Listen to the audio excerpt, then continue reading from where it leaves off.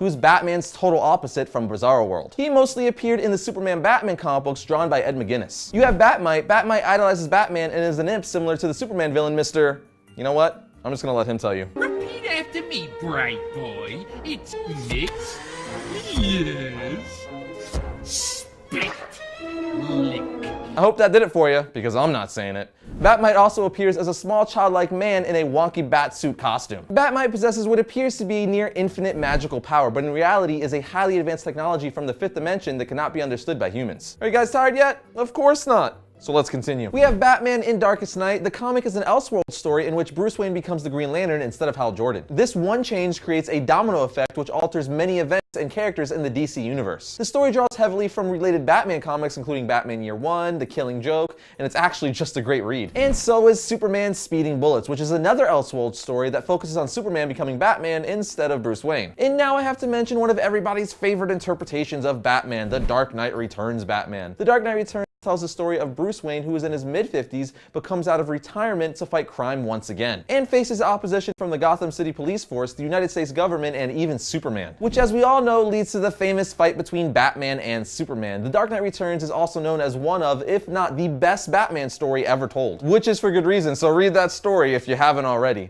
It's actually the Batman that inspired Zack Snyder's Batman in Batman v Superman: Dawn of Justice. Another cool version is Earth 2 Batman from the New 52. In this version of Batman, Bruce witnesses the death of his parents by a criminal named Joe Chill, which set in motion the events of his life that led him to become Batman. Years later, Batman found out Joe Chill and 3 hitmen who worked for Frankie Falcone were murdered by someone with enhanced strength using their bare hands. In the pursuit of the man who did this, Batman discovered that his father Thomas actually survived the mugging and had gone into hiding to keep his son safe, since it was revealed that Thomas Wayne was mixed up with some bad people. It should go without saying Bruce didn't take any of that well, let alone what his father had become, which was a man using strength-enhancing drugs to commit the murders of Joe Chill and the 3 hitmen, and from that point on refused to let his father have any further contact with him or his family. Flash forward a bit, Earth 2 Batman was killed on Apokolips. After his death, Thomas Wayne took up the mantle of Batman to honor his son and attempt to atone for his own failures. Sticking to the theme of Thomas Wayne as Batman, Flashpoint Batman is exactly that. In the Flashpoint universe, Bruce was killed instead of his parents, which drove Thomas Wayne to become Batman instead. And get this, it drove Bruce's mother, Martha Wayne, to become the Joker.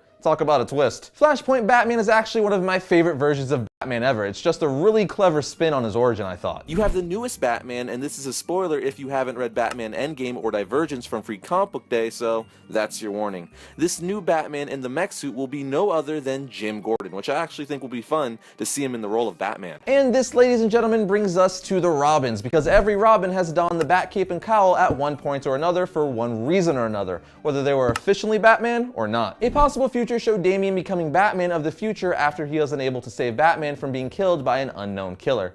Damian also has some supernatural power and is willing to kill, as well as having a cat named Alfred, which is kind of funny. Tim Drake wore the Silver Age batsuit during the Battle for the Cowl storyline to track down someone who was pretending to be Batman. This gun-carrying, murdering Batman Tim was tracking down ended up being Jason Todd. He decided to take up the mantle of Batman himself after Bruce Wayne's apparent death, but Dick Grayson